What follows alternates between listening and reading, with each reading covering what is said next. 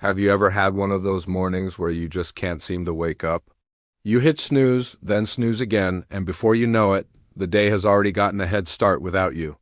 Well, imagine if that happened to an entire town all at once and on the most important morning of the year.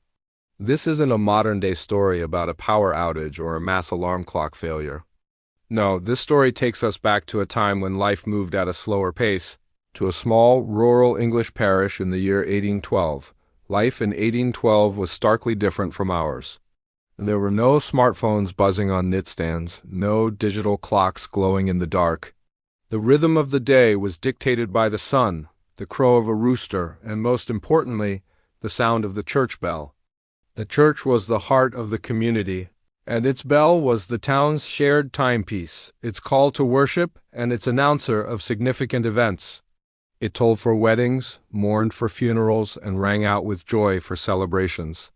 On Christmas morning, its peal was the most anticipated sound of all, signaling the start of a day of faith, family, and festive cheer.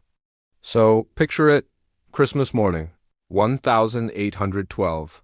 Snow likely dusts the thatched roofs of cozy cottages, and inside, families are nestled in their beds, dreaming of the day ahead. The air is crisp and still. In the entire parish, only one man is awake and on a mission, the bell ringer. He's made his way through the cold to the ancient stone church, ready to perform his most vital duty of the year. He grasps the thick, worn rope, takes a deep breath, and pulls with all his might, expecting the familiar, deafening clang to shatter the morning silence and awaken the slumbering town. But instead of the glorious, resonant peal that should have echoed across the fields and through the village streets, there's only a dull, pathetic clunk. Confused, the bell ringer tries again. He pulls harder, putting his back into it. Clunk, he pulls again. And again, clunk, clunk. The sound is weak, apologetic, a mere whisper of what it should be. It's a sound that fails to disturb even the lightest sleeper, let alone an entire parish deep in a Christmas morning slumber. Something was wrong with the bell's mechanism, a failure of clapper or wheel, a small mechanical fault with a big consequence. The town's alarm clock had broken, and nobody knew. So, what happens when a whole town oversleeps on Christmas? Utter chaos? Panic? Frustration? You might think so. But back in 1812, life had a different texture. As the morning sun climbed higher in the sky, people began to stir not to the sound of a bell, but to the natural light filtering through their windows or the simple fact that they had enough sleep. One by one, families woke up, stretched, and realized the morning was unusually quiet. A farmer's wife might have glanced at the sun and thought, "That's strange, the bell hasn't rung yet." A child, eager for the day's festivities, might have asked their parents why they were still at home. Slowly, in small, yawning groups, the townsfolk began to emerge from their homes. They were dressed in their Sunday best, but their steps were unhurried. As they ambled toward the church, they saw their neighbors doing the same. A shared, silent question hung in the air. As they gathered in the churchyard, a sense of gentle confusion turned into quiet amusement.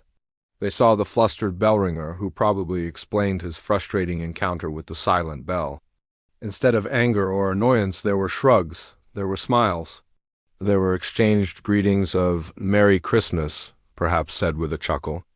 They had all overslept. The grand, punctual start to Christmas Day had been missed, but what did it really matter? The community was together, the day was bright, and the spirit of the holiday was very much alive, perhaps even more so because of this shared, slightly comical experience.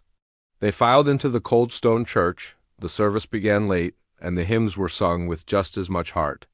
The minister, rather than being perturbed, saw the beauty in the moment. He later wrote in the parish records that it was a peacefully delayed celebration. This small, charming event became a piece of local lore.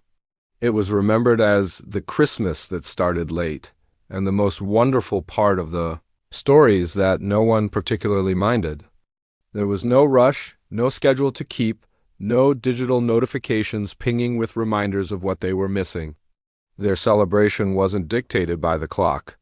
It was defined by their presence and their shared faith. The faulty bell didn't ruin Christmas.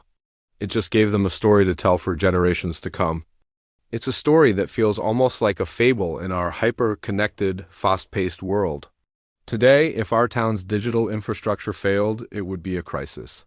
But in 1812, a mechanical failure simply led to a bit more sleep, a late start, and a gentle reminder of what's truly important. It reminds us that sometimes the best moments are the ones that don't go according to plan. The unexpected delays, the quiet mornings, the moments of shared, gentle confusion, these can become the memories we treasure most. So the next time you oversleep or your plans go slightly awry, maybe think of that small English parish in 1812. Think of the peaceful, delayed celebration and the community that just shrugged, smiled, and carried on.